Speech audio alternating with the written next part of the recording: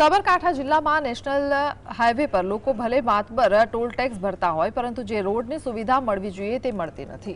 છેલ્લા 6 વર્ષથી બની રહેલા Chiloda Shamlaji national highway number 48માં ખર્ચાયેલા કરોડો રૂપિયા પાણીમાં જઈ રહ્યા છે।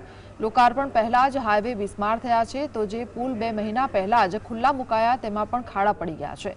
તો કેટલીક જગ્યાએ તો બેરિકેડ મૂકીને અડધો રોડ બંધ કરવા પડ્યા છે। મહત્વનું છે કે કેન્દ્ર સરકારના ભારતમાલા પ્રોજેક્ટ અંતર્ગત બનેલા સાંતલપુર હાઈવે પર ખાડા પડતા એની તપાસ થઈ અને તે રોડ કોન્ટ્રાક્ટરને 2.5 કરોડથી વધુનો દંડ ફટકારવામાં આવ્યો છે।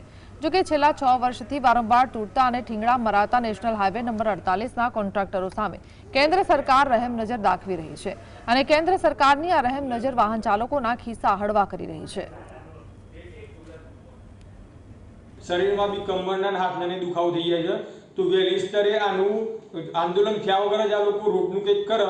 અને હમણાં જ વાત મળી છે કે બીજા રોડ કોન્ટ્રાક્ટરને ઓથોરિટી દ્વારા દંડ કરવામાં આવ્યો છે, તો આ ઓથોરિટીને પણ દંડ કરવામાં આવે જેથી આ જાગે। આપણા આજના જે અત્યારે જે સાબરકાંઠા લોકસભાના સાંસદ છે, એમના પતિશ્રીએ જે તે વખતે કોંગ્રેસની અંદર હતા ત્યારે રોડ નહીં તો ટોલ નહીં આ મુદ્દે આંદોલન કરેલું હતું। અત્યારે જ્યારે પોતે સત્તા પક્ષના સાંસદ છે તો એમને પોતાના આ બાબતે વિચારવું જોઈએ। 6 મહિના પણ નથી પડ્યા, પણ ઠેર ઠેર એમાં ગાબડા પડી ગયા છે। રોડ તો ક્યાંય દેખાતો નથી, ખાડા છે અને કાંકરા જ દેખાય છે। અહીંયા નીચે સર્વિસ રોડની પણ તમે હાલત જુઓ, જેના લીધે 1-2 કલાક સહકારજીન વિસ્તારમાં ટ્રાફિક લાગી રહ્યો છે। શામળાજી બ્રિજ હોય એની પણ આ પરિસ્થિતિ, એ જ રીતે પ્રાંતિજ હોય, છેક ત્યાં જુઓ ત્યાં ગાબડા